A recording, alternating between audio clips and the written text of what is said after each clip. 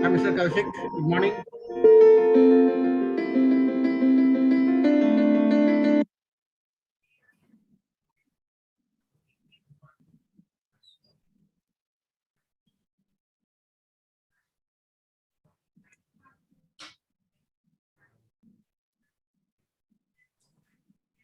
Morning, Mr. Haridas. Am I audible? Yeah. Perfect. Hello, everyone. It's Georgie Skipper here.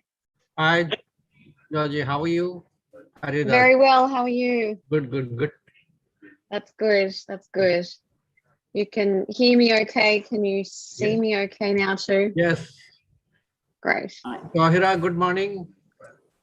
Morning.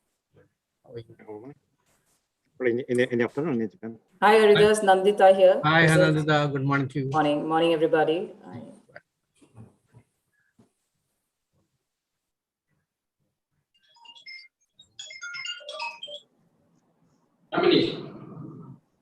Hi, Hari. Hi. Good morning, ma'am. Morning. Renuka, how are you? All good. Has everybody joined? No, one more to go. Indranil to join now. Yeah, he's joining. He is also joined now. Indranil. Okay. And what about Mr. Gupta? No, not yet. Not yet. So he's joined. We have time. So Mhm.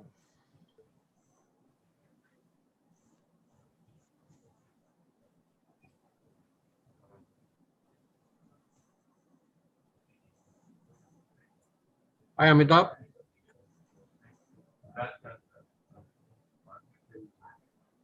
Morning, Haridas. Morning. Morning. Good morning, Indra. His camera is. Yes. Good morning, Your Excellency, Kamlesh Prakash. Will you be joining soon?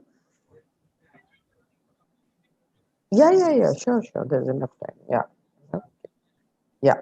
Good morning, Indranil. Haridas here. How are you? Hi, Indranil. He's setting the. Yeah, but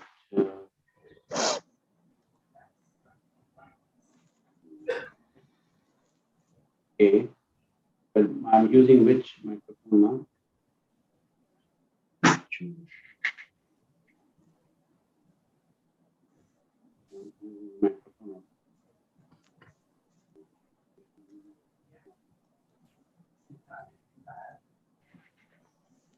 Am I audible enough?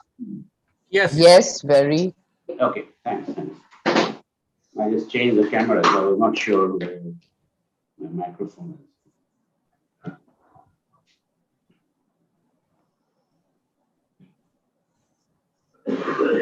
Hi, Indranil. How are you? Hi, Nandita. Hi. I heard a lot about you from Mike. No, Indranil, this is Renuka. Hi, Renuka. I know many faces on the screen. Good to see you, Renuka. Yeah, nice to see you too. How are things? How is Sanjay? All good. Hi, Indranil. Hi, Renuka. Nandita here. Hi, Hi, everybody. Nandita. Nice to see you. Nice to see you. Just a question. Do we need to keep the camera on throughout, or is it okay that we switch it on during speaker? Is there a rule? We'd like to have you all keep the camera on because Perfect. we like the panel to be seen. Sure. So it would be nice if you would do that. Perfect. Thank you. Hi, Nandita. Hi. How are you, Indranil? How are you? I've heard a lot about you from Michael. Michael Saturn, yes, of course. Yeah. There's been a lot of transition happening. So yes, he's moved on. Yeah. Thank you.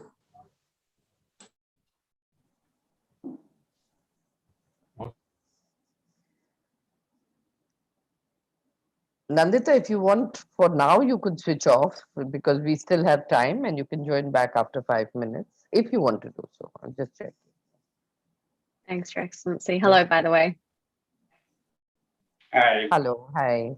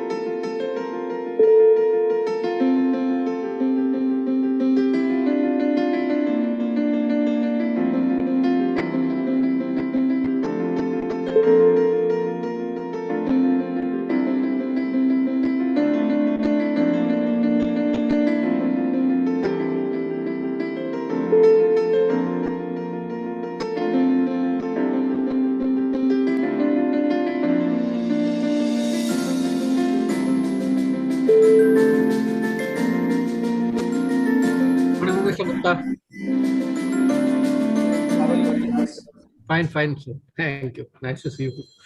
Yeah, same here. Good morning. Good morning. Good morning, Renuka. How are you? I'm good. Nice to see you here. And I think we have all our speakers in place. One more to join. Or Okay, not. one more to join. So we another 2 minutes and Yeah, I yeah, will go invite ahead. you to speak. Yes. Good morning, everyone. Good morning. Morning, Smir Nandita here. Good morning, Samir. Good morning. Where is Arnav? Good morning. Morning. Okay.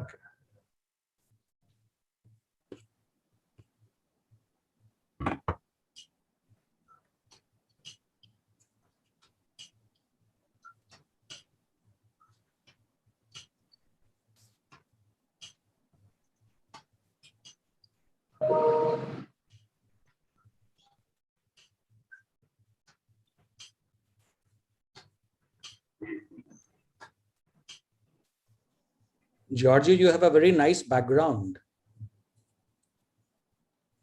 Thank you very much. It's actually our Sun Cable project. Ah, okay. I Yeah, was so you've reading got the- about it today in the morning. Yeah. Yeah, it's a very exciting project. We've got some Australian desert here in the background, and then the solar panels, and then our map. Throughout the session, it's going to remind us that we got to commit to green and clean, of course. Absolutely. Exactly. I will try and reinforce that on this presentation. Um,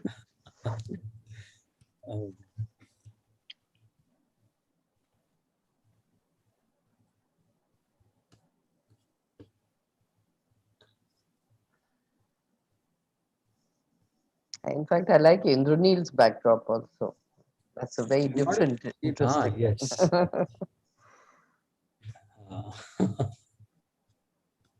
I can see that now. Yes. That's when you cannot travel and just have memories. We have Arnold also joined, Renuka. So Okay, thank you. we have all speakers joined now. With your permission, Mr. Gupta, may I? Yes, Ah, please. Yes, please. Thank you.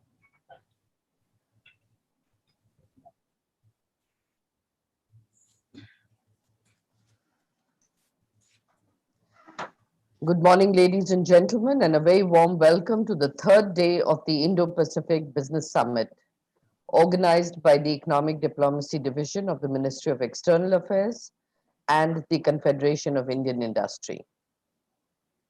For today's session, the forthcoming demands of clean energy, we have with us our session chair, Mr. Samir Gupta, Chairman CI National Committee on Atmanirbhar Bharat, Remanufacturing, and Chairman and Managing Director, Jackson Group. May I request you, sir, to kindly welcome, set the context, and take the session forward. Over to you, Mr. Gupta. Thank you, Renuka, and formally, a very good morning to all of you. My compliments to CII for organizing this session on the demands of clean energy at Indo Pacific Business Summit. Just a brief story. About 15 years back, I was pretty fascinated by concept of green buildings. And that was the time when I decided to make our corporate office in Noida green, which was among the first few platinum rated buildings in Northern India. And energy had a big role to play in making this green building then. Of course, little was I aware then that the ecological imbalance being caused by the global temperature rise, which has touched to about 1.1 degrees now over the last few decades, was because of this pollution what we have been causing. And clearly this ecological imbalance makes us witness acute disasters like heat waves, floods, droughts, health crises, etc. The primary driver of temperature increase over the past 2 decades is human-caused rise in greenhouse gases, particularly carbon dioxide. Since the Industrial Revolution, which happened in mid-18th century, carbon dioxide concentration in the atmosphere has risen by almost 67%. On top of it, we have challenges of growing population and soaring urbanization. The planet will continue to get warmer until we commit and reach net zero emissions. And this calls for significant changes. And if we don't bring the change now, the global temperature is predicted to rise by 2.5 degrees centigrade by 2050, which is going to be disastrous for human mankind. The ongoing pandemic has taught us the importance of having climate resilient infrastructure, which perhaps is the only way to protect ourselves from next possible health crisis. There are many questions that hover our mind. How quickly will the future arrive, and how sweeping will the changes be? What will the new ecosystem look like, and how will it operate? Where will value be captured and created? How should nations transform the strategy, business models, and capabilities to succeed? Evidently, the best solution to combat this climate change is by faster adoption of clean energy. Globally, there is a realization and there is commitment by practically all the nations and stakeholders to shift to green energy. There are significant efforts being made by countries and organizations across the world to reduce their greenhouse gas emissions to net zero levels. This is a huge commitment, and this calls for the massive deployment of a wide range of clean energy technologies. In 2020, states, cities, utilities, and businesses continued to announce and pursue decarbonization plans despite the onset of a global pandemic and an economic recession. Even in absence of major incentive announcements for green infrastructure development, there was resilient demand of clean energy during COVID-19 times. Interestingly, the cost of renewables and energy storage has been declining consistently over the last decade, which makes a good business case to invest in green infrastructure. Evidently, we need to commit to growing green. The Indo Pacific region is a multipolar region which contributes to more than half of the world's GDP and population. It is the lifeline of the entire world, as 1/3 of trade as well as energy consumption happens in this region. Due to growing economy and population, Indo Pacific region has witnessed growth and increase in share of global energy demand. Energy is fundamental to growth and has emerged as key element in the economic agenda of the Indo-Pacific region. There is realization of the need to essentially strengthen the region in terms of energy security and promote energy access across Indo-Pacific. This is resulting in boost to investment in the energy infrastructure sector across the region. As per UN Economic and Social Commission for Asia and the Pacific report, the yearly investment estimated in Asia Pacific to meet the goal of UN Sustainable Energy for All requires investment of $298 billion over next 10 years. Having said this, the current rate of investment in energy infrastructure is not sufficient to meet the stated targets. There is also a commitment from the region to double the share of renewable energy in the total pie by 2030. Though the governments in this region are striving to increase the share of renewables, the political and social economic factors inhibit the adoption of renewable energy in the region. The rapid adoption of renewable energy so as to meet growing demand and displace the fossil fuel sources will be the key to transition to a low carbon economy. The renewable energy system has the potential to provide access to clean and affordable energy for all, which is one of the key objectives. Faster adoption of clean energy can create huge jobs, thus contributing to sustainable development of the societies and economies of this region. This, of course, calls for a robust energy strategy, which should identify clear deliverables to meet the objectives. The share of renewables in global power generation has increased to nearly 28% in first quarter of 2020, which was about 26% in the same quarter in 2019. Evidently, the energy markets are now moving in the right direction, which is absolutely encouraging. Capacity building in the clean energy sector thus now has greater acceptance and is clearly an area of cooperation between various countries in Indo-Pacific region. It is important that the industry and governments of Indo-Pacific region collaborate to drive synergies which will help us in meeting the objective. There is indeed an opportunity to focus and invest on innovation and clean fuel technologies, which will eventually ensure credibility, reliability, and robustness of the clean energy sector for times to come. I'm happy to share that India is one of the key partners of COP of the UNCCC. India's commitment towards the climate and nationally declared contribution, which is part of the Paris Agreement, has earned many accolades from international communities. India also leads the solar mission and the country is rapidly transforming from fossil-based fuel to renewable-based fuel economy. With Atmanirbhar Bharat, that is the self-reliant India mission, we are positioning our country to be a global manufacturing hub. In recent past, there has been significant announcements made by both Indian government and Indian private sector to invest in manufacturing of renewable energy equipment in India. We are committed to quality, productivity, and technology, which will ensure that we are globally competitive. Green hydrogen is another area which is in focus for the entire world, which is opening up a lot more opportunities in the renewable energy sector. Today's session will help us identify the opportunities and the mutual areas of cooperation, which will lead to creating of a cleaner, greener, and a healthier world. With these words, I welcome you all once again for this session, and I look forward to a highly engaging and fruitful deliberations.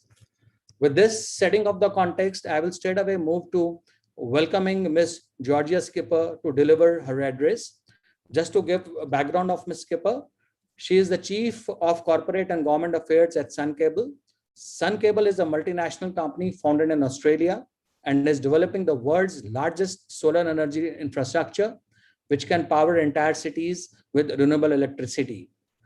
Sun Cable's lighthouse project, the Australian Asian Power Link, will be capable of supplying up to 15% of Singapore's total energy needs every year commencing from 2028. Georgia is an expert on foreign policy, national security, trade, investment, and energy.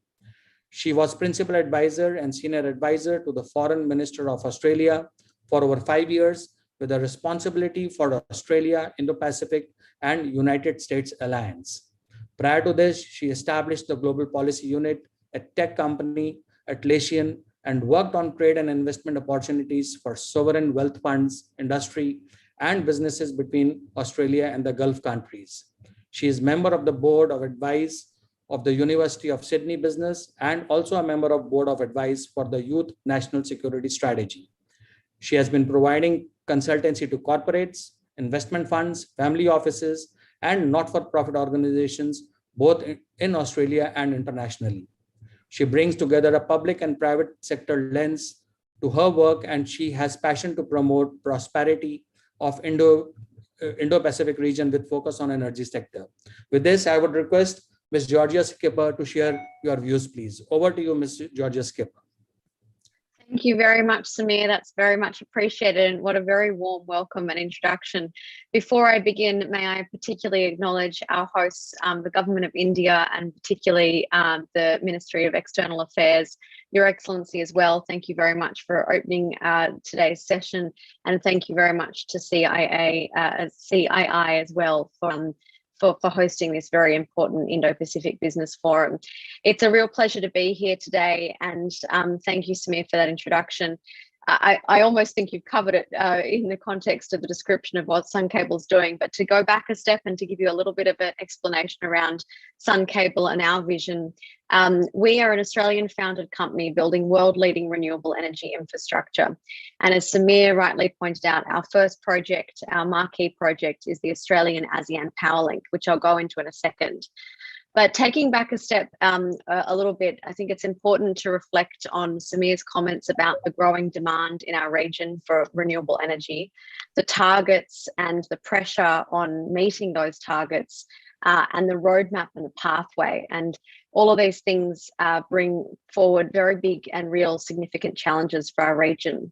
If you take Southeast Asia, for example, the energy demand there is forecast to grow by 65% to 2040. That is a significant uptick in terms of that demand.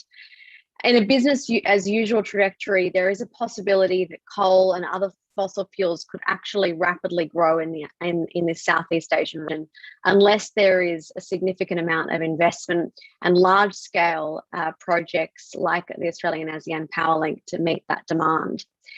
There's, of course, an increasing amount of pressure from a policy point of view and other parts that, especially with the introduction of the carbon border adjustment mechanism that is at the moment underway in many countries, a lot of factors drive quite a significant uptick in energy demand, but also putting pressure on where exactly and how exactly countries and companies meet those targets. in essence, really what many regions are experiencing is limited opportunities to access large-scale renewable energy. We can see across the region that grids are not connected, and that what this means is there's low durability, low resilience, higher costs of electricity, and the inability to scale. So what Sun Cable is doing is really developing world's largest and world-leading solar energy transmission networks. We're making it possible to power whole cities with abundant renewable energy. And in order to do that, we are developing the systems, and that's an integration of various different technologies.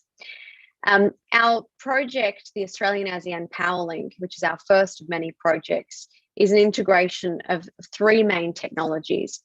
We're building the world's largest solar farm, a 14 gigawatt solar farm with battery storage in the Northern Territory in Australia.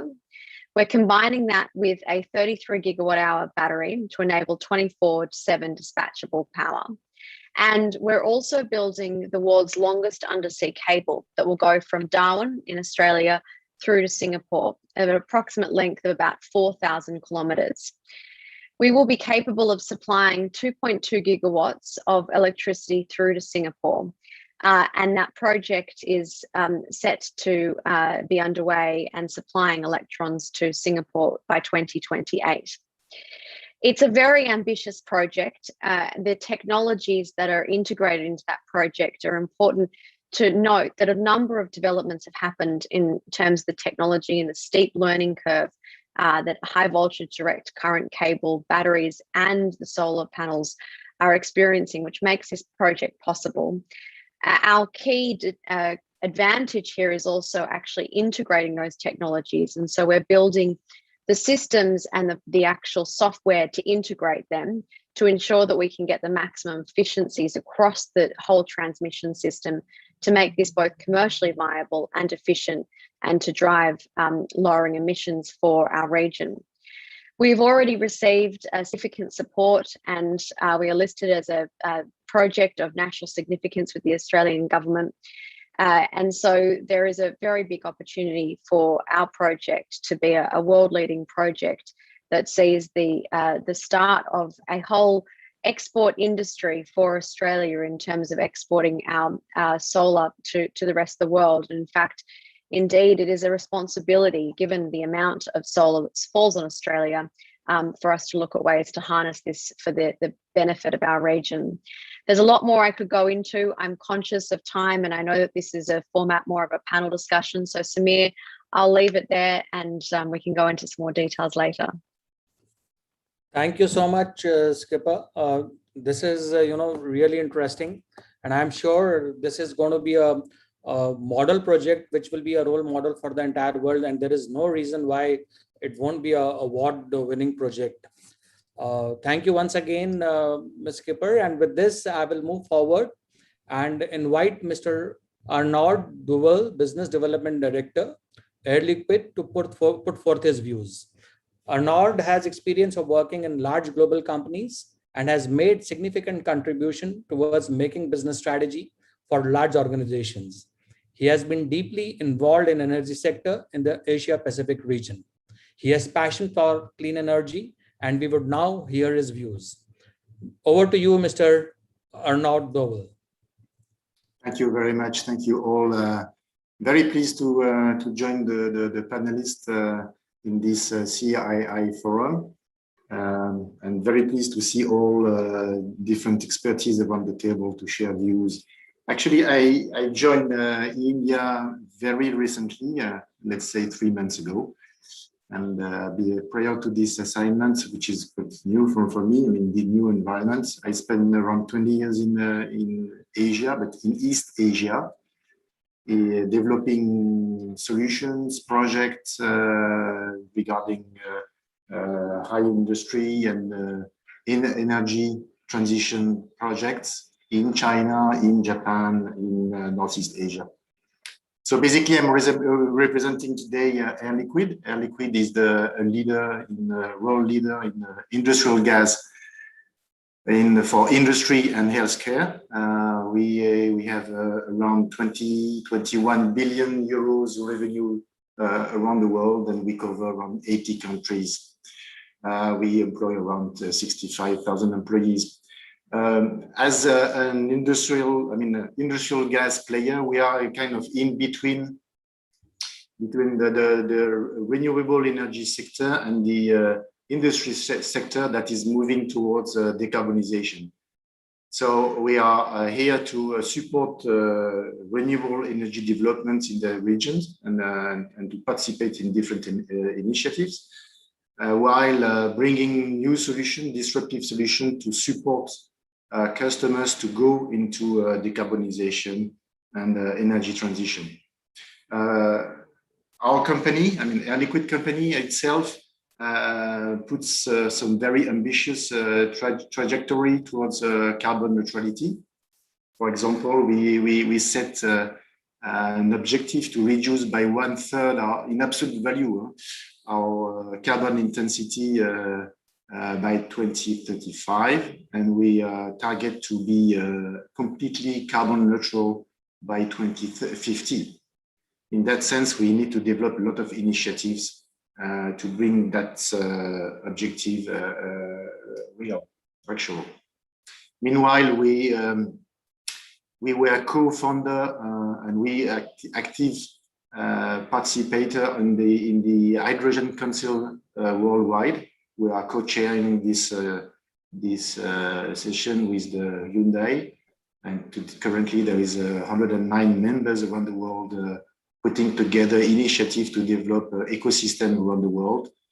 We joined a local initiative in Japan, in Korea, in Germany, in France, where this industry is becoming more mature than somewhere else. And we hope that India will join in the near future these kind of initiatives. Hydrogen, we are one of the major players in the hydrogen activity, and we develop solutions that enables energy transition. Today, our hydrogen revenue is around 2 billion euro a year. We have 60 years of experience, and we are going to multiply by 3 this activity by 2035. So this is extremely ambitious and supported by all these initiatives. Of course, we support as well solutions to help customers to decrease carbon footprint on their side. We are playing, and we develop a solution all around the hydrogen value chain, from energy source to production technologies. We have huge hydrogen plants, either from SMR process or electrolyzers, where we have developed our own technology, and we have partnership with major developer in that sense, like Siemens. Storage, transportation, liquefaction of hydrogen, transportation, of course, and filling station. So we are as well developing filling station around the world, in Japan, Korea, Germany, and France. And we already have 150 HRS in operation under Air Liquide. So again, we are here and to develop ecosystems and to bring our solutions between local initiatives, either it would be municipal or government initiatives, and customers that can play a role in that ecosystem. And I think this activity will be extremely promising in India when we consider renewable energy power potential in the country and the need for decarbonization of the industry. Thank you again, everyone, and of course, very available to share experience and views on that. Thank you, Mr. Doval, for making us wiser. Of course, there is no second thought that industrial gases will play a big role in this transition, whole transition to renewable energy. And glad to know that your company is also committed to being carbon neutral by 2050. Hydrogen, as a matter of fact, even in India, is in huge focus. In fact, our honorable finance minister during the recent budget announced about having a national hydrogen policy, which I think over the next couple of months should be released by the government. And this is as a country, as India, we are not having fossil deposits, much of fossil deposits. We don't have gas. So hydrogen is one thing which can truly make us self-reliant. In fact, we are hoping that over the next couple of years, there will be some pilot projects, say before 2023-24, which would be there operative in India based out of hydrogen. So very exciting to hear about your company's investment and commitment to hydrogen, which is going to make a huge impact to this world getting green. Thank you once again, Mr. Duval. And next we have with us is Mr. E.G. Ohira. I would request his views, and let me introduce Mr. Ohira. He's the Director General of the New Energy and Industrial Technology Development Organization, Japan. NEDO, which is short form of New Energy and Industrial Technology Development Organization, has focused on fuel cells, hydrogen, and advanced battery technology. EG is responsible for the overall strategy, execution, and coordination of NEDO's research, development, and demonstration projects on fuel cell and hydrogen. He has also coordinated fuel cell and hydrogen activities with international stakeholders through International Energy Agency's Technology Collaboration Program and International Partnership for Hydrogen and Fuel Cells in the Economy. He joined NEDO in 1992, just after graduation from Tokyo University of Science. He served as a visiting scholar to MIT in 1997 and 98. And with this background, I would request Mr. Ohira to put forth his views on the subject matter. Over to you, Mr. Ohira. Okay. Thank you. Thank you very much for the kind introduction. And I'm also happy to be here to share information about how Japan promoted the hydrogen. Hydrogen is a key technology to realizing the carbon neutral. Hydrogen is not only one solution, but yes, play a very important role for our target. Yes, and Japan is one of the leading countries on hydrogen, and we already developed the hydrogen policy, namely hydrogen basic strategy 3 or 4 years ago. But recently, Japan to show our new energy and environment target, which is carbon neutrality by 2050 last year. To achieve our kind of ambitious target, and METI set to new strategy. This is not only the energy and environment policy, but also industry policy for to develop the kind of the positive cycle of economic growth and the environmental protection. And this strategy also set 14 priority areas to be promoted or to be accelerated for carbon neutral. And hydrogen, one of the priority area. And the strategy also mentioned about to policy measures, which is this combination in supporting the R&D and regulation and code and standard, etc., etc. And for instance, METI has set the new fund, established the Green Innovation Fund to support R&D activities. This amount of the 19 billion for the 10 years R&D activities. And this is the hydrogen and the current direction, Japan direction. Our one challenge is reduce the cost. And our final goal is reduce cost to the $2 per kilogram by 2050. The other challenge is increasing the hydrogen demand. Our current target is 3 million tons by 2030 and 20 million tons by 2050. Because we need many activities to achieve the goal from the hydrogen production and transport and utilization. But all of the activities we are focusing on our final goal. Okay, this is our current situation, and we already have several fuel cell applications. One is a stationary fuel cell. We have 400,000 units already installed in Japan household. And for the mobility, with over 5,000 fuel cell vehicle and 100 fuel cell dominant bus, we have the 160 public station. But this is 1/2 of our load. We need to increase or more in the future. Our NEDO is one of the funding agency or R&D agency. We now conducting several R&D activity from the hydrogen production to utilization. But our current trend is hydrogen scaling up. Yes, and this figure, this kind of snapshot from our activities to left one is hydrogen international transportation. We already developed the small but world first hydrogen tanker, liquid hydrogen tanker. Also, we developed the liquid hydrogen handling equipment at port. Megawatt scale to particle system is a key for the integrated renewable and hydrogen to develop the future low carbon energy system.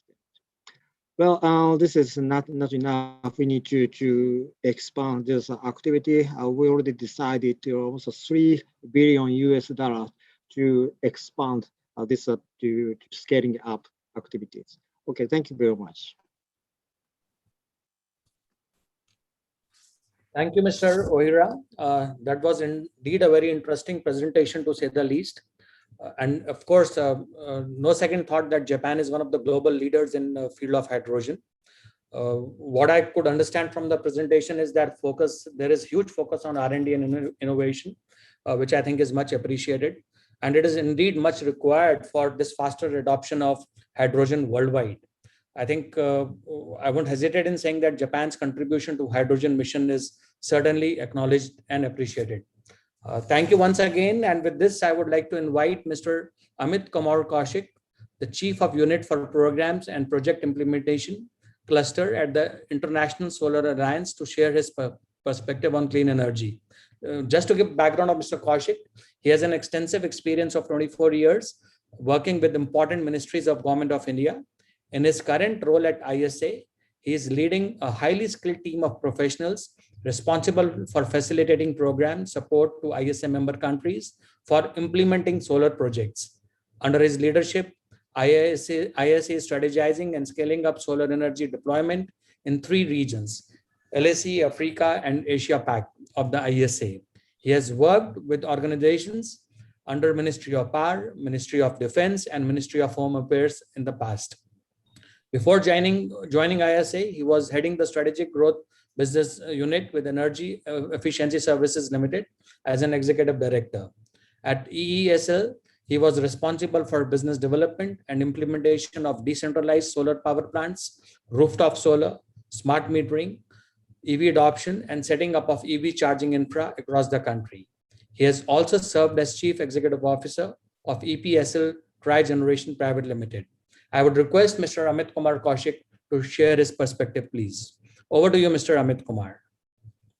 Thank you, Mr. Gupta. Thanks a lot for your kind words, and morning, good afternoon, good evening, everybody whosoever is joining me from whichever place now. And I'm thankful to CII for giving me this opportunity on behalf of International Solar Alliance to put forth my thought process. And I would like to restrain myself of repeating of the data, which very nicely covered by Mr. Samir Gupta and also by Georgie. The solar, if we talk about, and I'll be talking mainly about the solar applications and how the solar can. The solar has been the primary source of energy for this earth, even before the human race was existing on this earth. Human race, we all have actually harnessed the solar energy for our use. And what Mr. Gupta has very rightly touched, the concept of the industrialization has created a lot of carbon dioxide concentration in our environment in say last 100 odd years. It's very important for us now to have a look at it, that how best we have to mitigate that situation. And he also touched upon the recent heat waves. I mean, the temperature touching almost to the tune of 50 degrees in Canada is something unheard of before. So that is where we come. So what solar actually gives us is energy access. It's still millions of people on this planet Earth are without energy access. Also, solar solution gives us the need for energy transition. That becomes a more viable solution. So solar is one of the most important aspects. However, the cost of technology is reducing over a couple of decades. Nevertheless, the point is the scaling of the solar has not achieved the growth path which was targeted. There had certainly been gaps. As the session's headline says, the theme says, the forthcoming demand for clean energy. So which are the sectors where solar is going to be a viable option? The first is the agriculture sector. The solarization of agriculture sector can be achieved in a big way through solar water pumping solutions, solar cold storage, solar dryers, and also the solarization of the agriculture feeder. Because the farmers need, at the end of the day, a clean, reliable, affordable energy during the day for their farming use. So that is a one very good application of solar which can be actually scaled up considerably in the agriculture sector. The second sector which I can think of is the electric vehicle.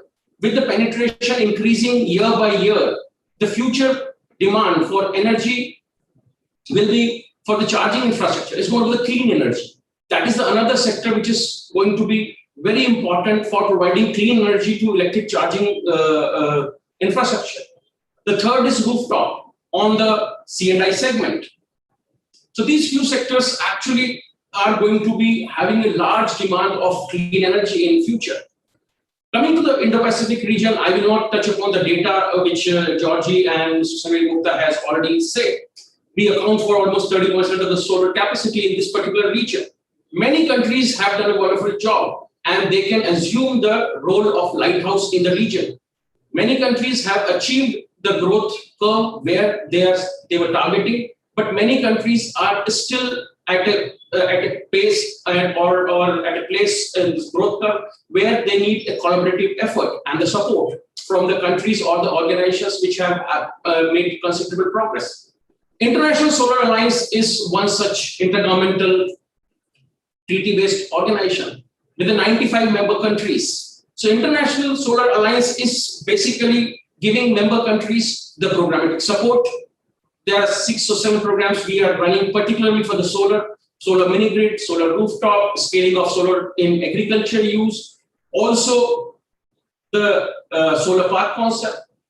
ISA is also helping member countries in capacity building, because that is what is most important. If you do not have the trained manpower or the trained capacity, trained people in the country, the solutions and the technological interventions, what is being made, will not be sustainable. And third is also finance at the affordable. This is what is the biggest gap which I can see in scaling up of the solar applications. If the cost of finance is reduced through blended finance or the risk mitigation finance, then the scaling of solar applications can come up very nicely. The only issue which happens with the solar is the intermittency. And as Mr. Gupta has very rightly mentioned, the cost of storage is coming down. And as Mr. O'Hara has mentioned that by 2030, they aim to bring down the cost of green hydrogen, say to the tune of $3 per kg.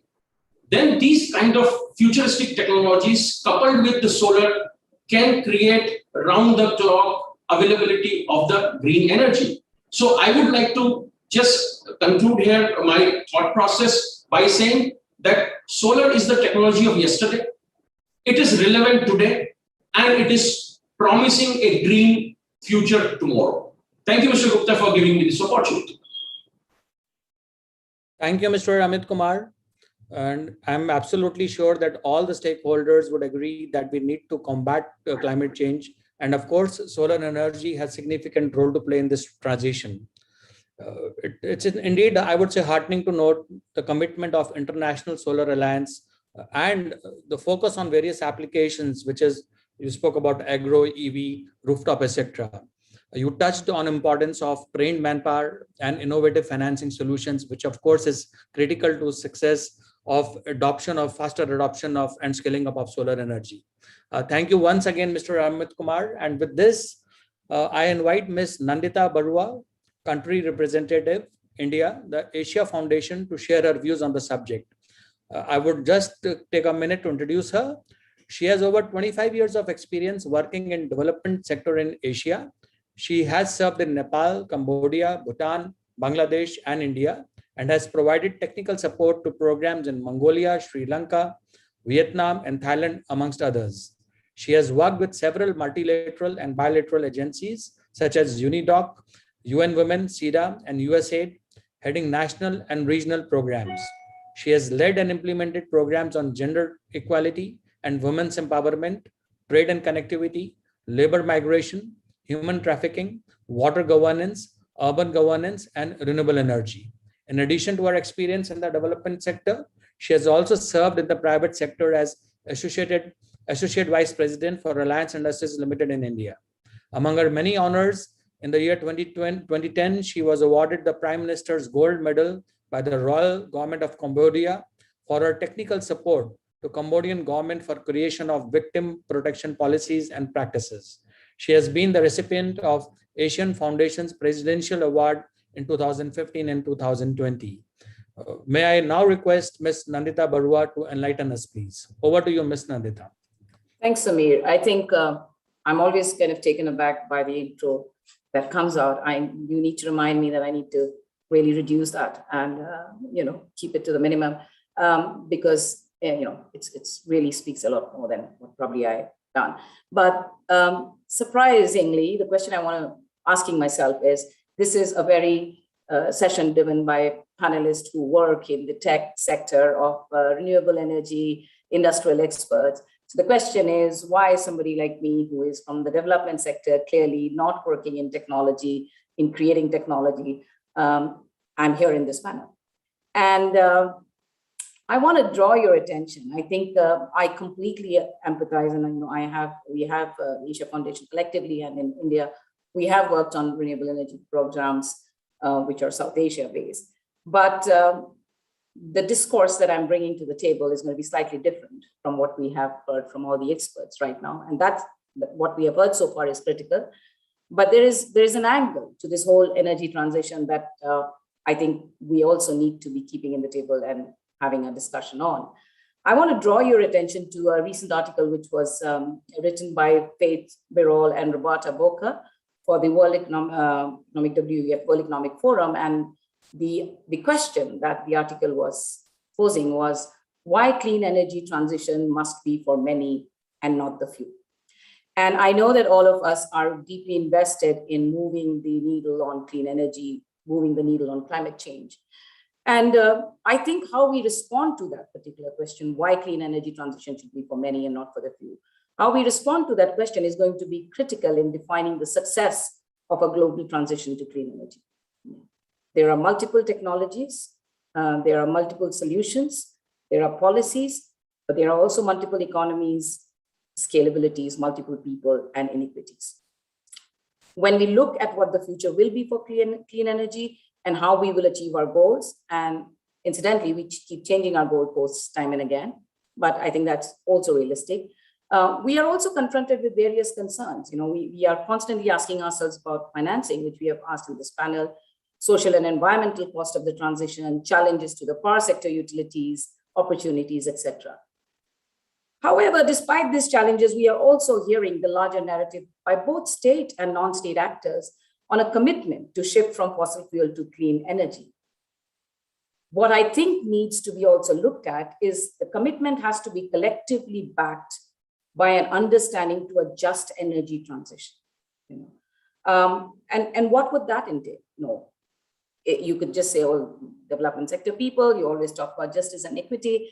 But I think for something like a major shift in energy use, energy production, energy access from what is now mainstream, which is fossil fuel, to something which is more sustainable and renewable, where the entire civilization's growth and reality depends, requires this framing of a just energy transition. What would that entail? Two things, actually. One, I think when we look at issues like sustainable finance, inclusive outcomes, environmental footprint, cost to utilities, we cannot look at these as competing priorities. That's the first thing. These have to be looked at as a collective in a more holistic manner and to be an integral part of the process of that transition. So whether we are talking about tech solutions, financing solutions, solutions of access and equity, if we start putting these in silos, I think there is going to be a challenge that the transition may happen, but will the transition be equitable and therefore beneficial globally will remain a big question mark. I am reminded, at the beginning of this 3-day seminar, Mr. P. Harish was the Additional Secretary, Ministry of Economic Affairs from the MEA. he made a very valid observation to one of the presenters. And he said that, he talked about the need to look at what has been the investment cost in energy consumption from transitioning from non-renewable to renewable by developed countries without reducing their consumption pattern. When we are making a transition, we are actually already investing or using up a huge amount of energy. And if we continue to do that without looking at what our consumption patterns are, I don't think we are actually achieving our larger goal towards a climate sustainable and equitable energy transition. The need is to, if all of us agree that the need is to also to respond to the SDG goal on sustainable energy for all, we have to equate this with the higher energy consumption lifestyle of developed countries, the transition that's happening there, and the cost and the onus, the unfair onus that is putting on a developing countries when they are trying to move to RE. So are we then undermining this whole concept of the just energy transition? We are also very aware that renewable energy sources in the long run are definitely cheaper, but they do have a high initial expenditure. And therefore, it's much harder to finance clean energy projects in developing countries compared to developed countries, where I think their wealthier economies, the lower cost capital cost, has more willing private sector investors. As a result, I think when we look at financing, we are also having to ask us this question that private capital finance often doesn't see the right balance of risk and reward in clean energy projects in developing world. How do we respond to that? How do we bring that balance of globally equitable transition by actually finding financing solutions that address both the need of capital market and profit, but also of equity?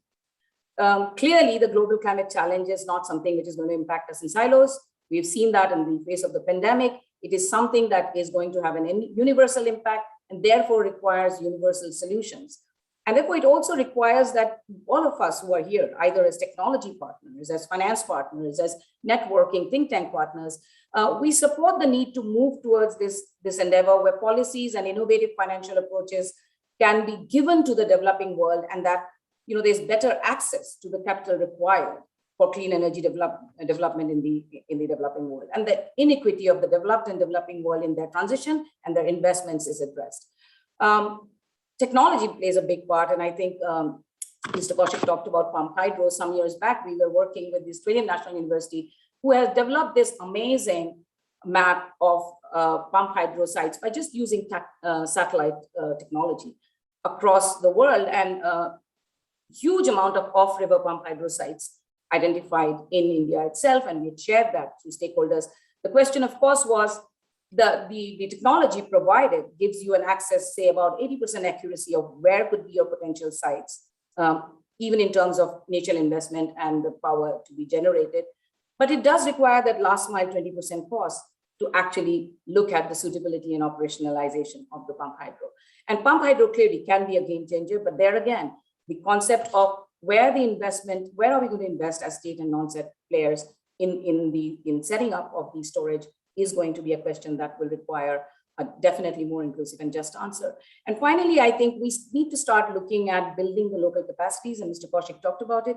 And here I do want to make a point for this very, very renowned panel to think about is how often do we look at those who are producing energy versus those who are consuming energy as two different stakeholders. I think it's probably time to start also thinking about building local capacities in order to make communities become a part of the stakeholder towards this energy transition that we are all talking about and wanting to see, rather than just merely as recipients of energy. And the concept of just transition to energy has to be built into all our thinking, whether it's a technology we are developing, whether it's a deployment, or whether it's financing that we are looking into. So yes, in this very, very technically profound panel, I am just putting in my thoughts and perspectives from the point of view of a recipient, but a key stakeholder and the community who is going to access and use this energy that we are talking about and make this debate more equitable. Thank you so much, Samir. Thank you, Ms. Nandita Barua. Your question as to why you are on the panel, I would say after hearing you that we have certainly got wiser, and your viewpoint does help us putting together various pieces of the jigsaw puzzle, and I'm sure it will help all stakeholders in creating the complete picture. Of course, transition is indeed a huge commitment to achieve the SDG goals, what you spoke about, to which almost all the nations across the world are committed. And no second thought on what you said or what even Mr. Amit Kumar also emphasized. Financing solutions and technology would indeed be the key to fast track this transition. Thank you once again. And with this, I would move to the last speaker of the day for this session. I would invite Mr. Indra Sengupta to address us. I'll give his background. Mr. Sengupta is the co-founder and CEO of Investify Company Limited. He leads the firm in areas of investment, EPC advisory, market entry strategy consulting, and M&A advisory. Investify has been operational since 2018 and entered a strategic alliance with similar profile companies in Cambodia and Laos. Mr. Indranil has been chairman of Indian Business Chamber, Hanoi since January 2020. He also sits on board of VP Bank Securities and operational Smile in Vietnam. Prior to starting this venture, Mr. Indranil worked for Tata Group for 26 years in areas of metals, minerals, infrastructure, and energy. He has worked in India, Bangladesh, Southeast Asian nations, and he has been in the Asian region for last 15 years. During the time he was CEO of Tata Sons in Vietnam, he has contributed to establish Tata Enterprises in Vietnam, Laos, Cambodia, and has very well networked in these countries. With these words, over to you, Mr. Indranil Sengupta. You are on mute, Mr. Sengupta. Thank you, Samir. What I will do is I will sort of run a short presentation so that we can be on the same page. And I want to sort of exemplify or make a case study out of Vietnam, because Vietnam, being a medium-sized country with 100 million population in the Indo Pacific region, so and have been part of this energy journey of Vietnam for the last so many years. And let me share what Vietnam went through. And it can be more or less assumed that most of the developing countries would go through a similar path. Sure.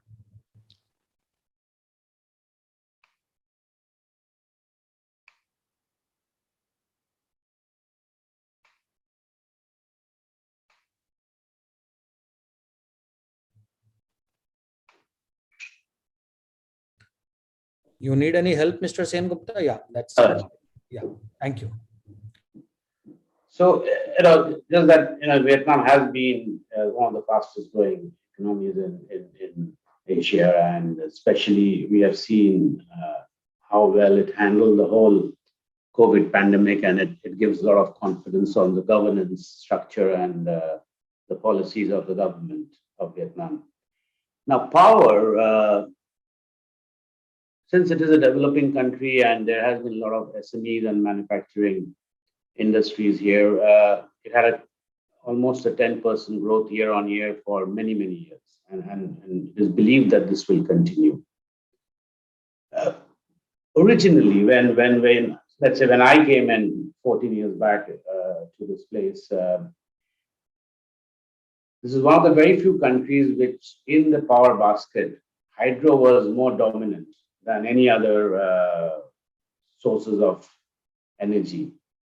And over the years that changed, and then came in coal and now renewables.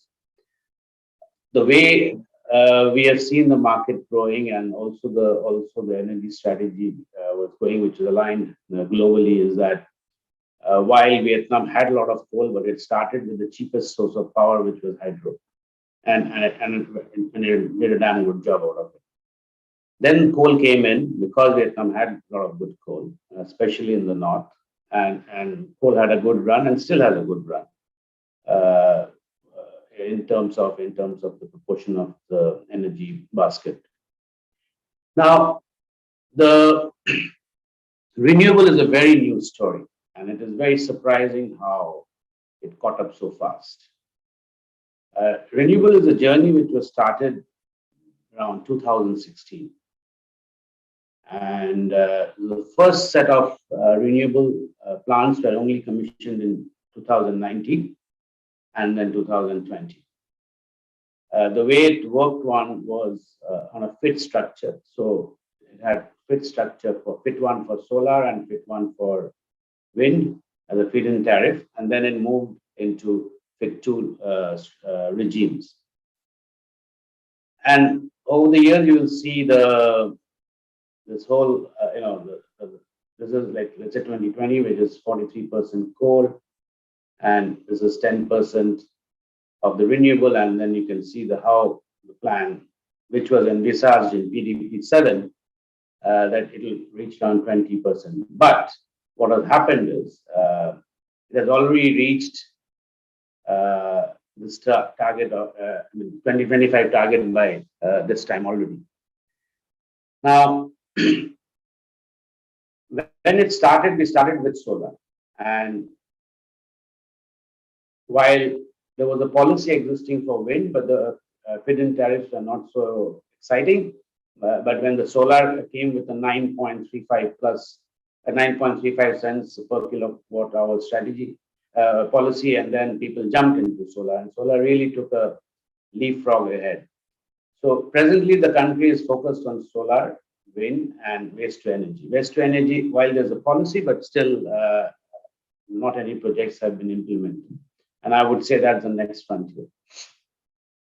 So what happened in wind was, like we all know, that wind is a more technically more challenging than solar. So while it took some time to start, but however, the first wind projects have been again commissioned in 2020, and the tariff again is very high compared to many other countries. So we have two types of tariff. One is for offshore and one is for onshore.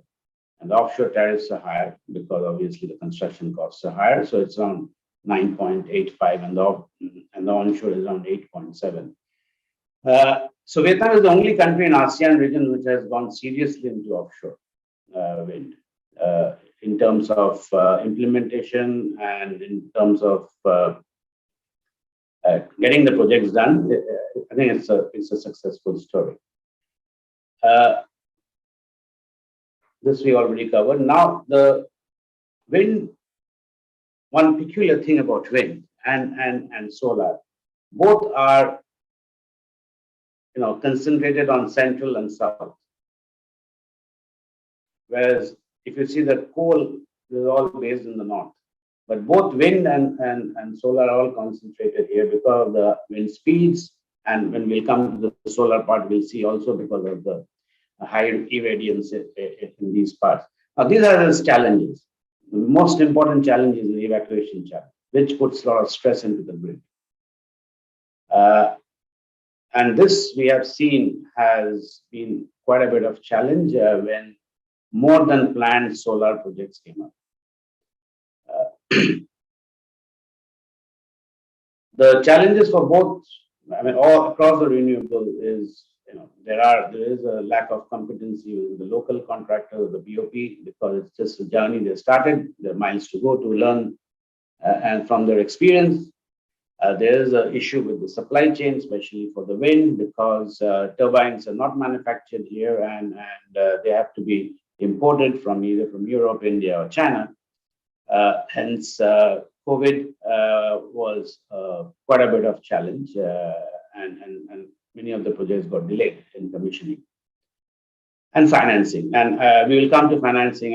I think across the board, including yesterday's session, which Kaushik was moderating, also, a lot of challenges of financing were pointed out, and we'll come back to later probably Q&A session. In solar, it's a very interesting sort of story. Between 2019 and 2020, that means when it started from 2016 onwards, Vietnam implemented almost 7 to 7.5 gigs of solar, and mostly ground mounted, but significantly also CNI sector. And by the end of this year, it will cross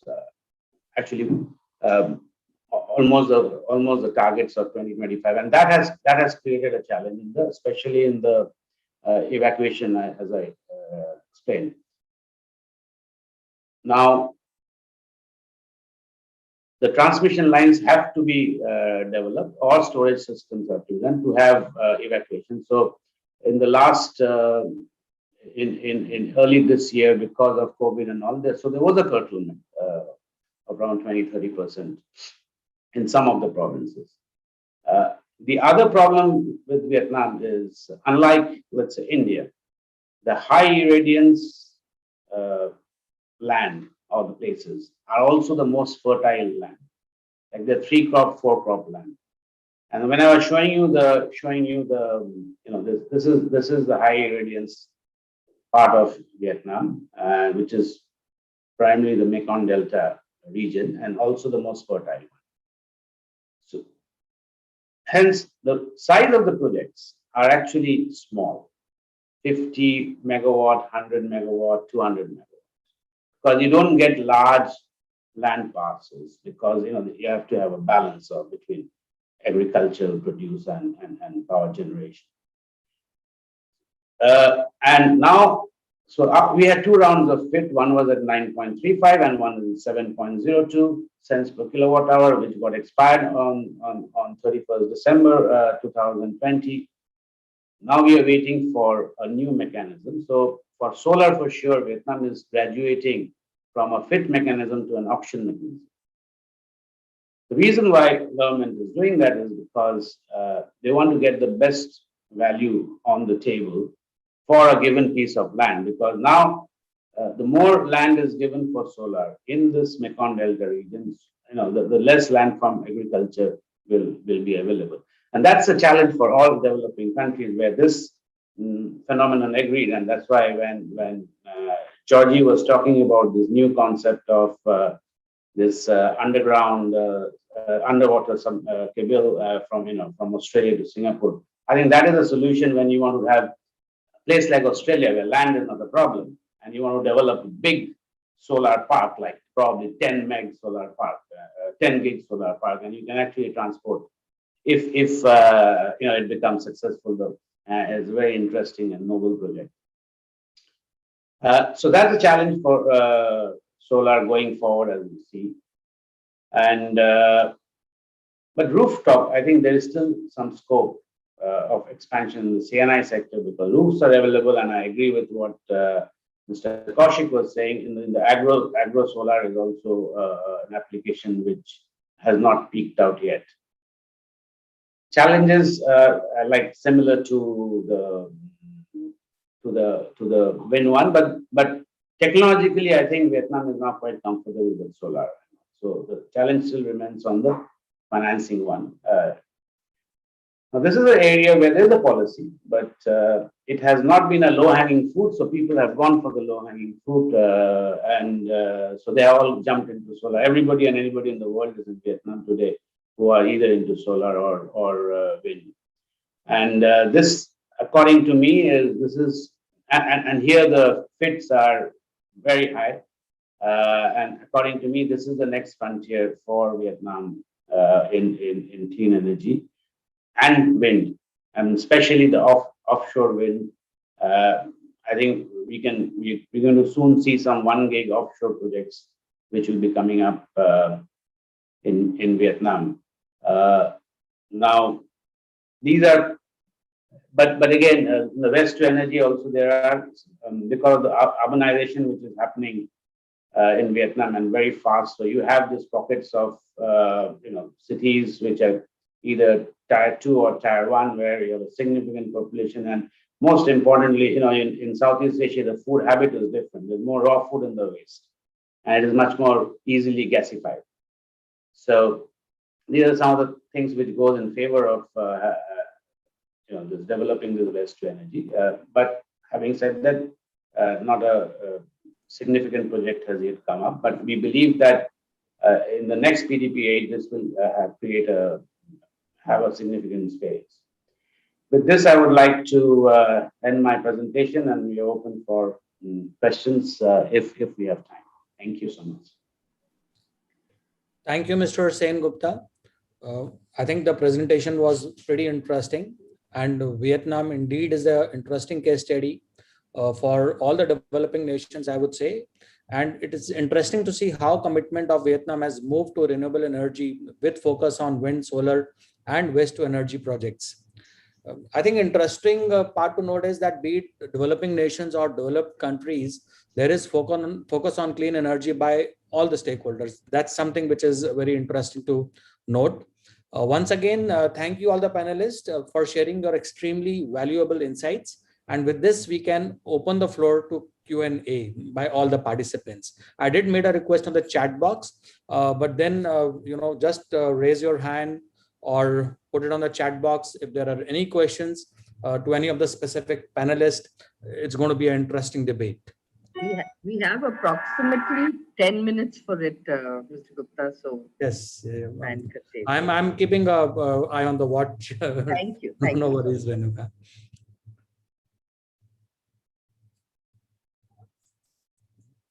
I'm not seeing any question coming. Can I take liberty of having some views? So let me ask a very simple question. It may be simple, it might be complicated. This question is to Mr. E.G. Ohira.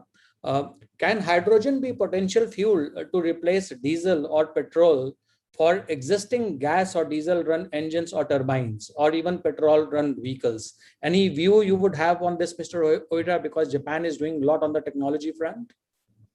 Yes, and I believe that it is possible to replace the current fossil fuel basis, or otherwise we must do that. If we need if we achieve the carbon neutral, we cannot use the current fossil fuel like diesel, natural gas, etc., etc.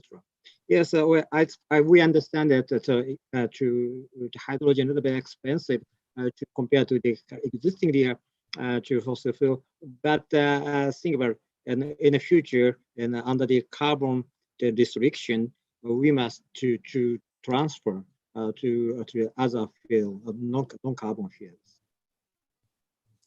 Thank you, Mr. Ohira. Mr. Dubal, would you echo views of Mr. Ohira, or you have some different perspective since your company is also deeply involved in technology around hydrogen? No, I mean, I completely agree with the statement. Of course, we need to find alternatives to the existing fuels, and hydrogen is probably one of the candidates, which brings a lot of value. Still, the infrastructure is not in place, so it will first take a long time. Second, funding is an issue as well, and support from the government is very much required. In terms of vehicles, we see even more potential for heavy vehicles like trucks, buses, where ecosystem is more easy to set up instead of passenger vehicles, which would be more on the long run. And we see the replacement of the existing fuel as only partial, very partial.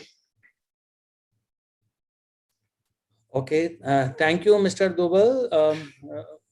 There is no other question yet on the chat box. I will take liberty of asking a question to Georgie. After listening to the project in Australia, which is 14 gigawatts round the clock solar power plant with backup of battery. Typically, to my understanding, Georgie, solar power plant life is about 25 years. And again, what I understand is battery life is about 5 to 6 years.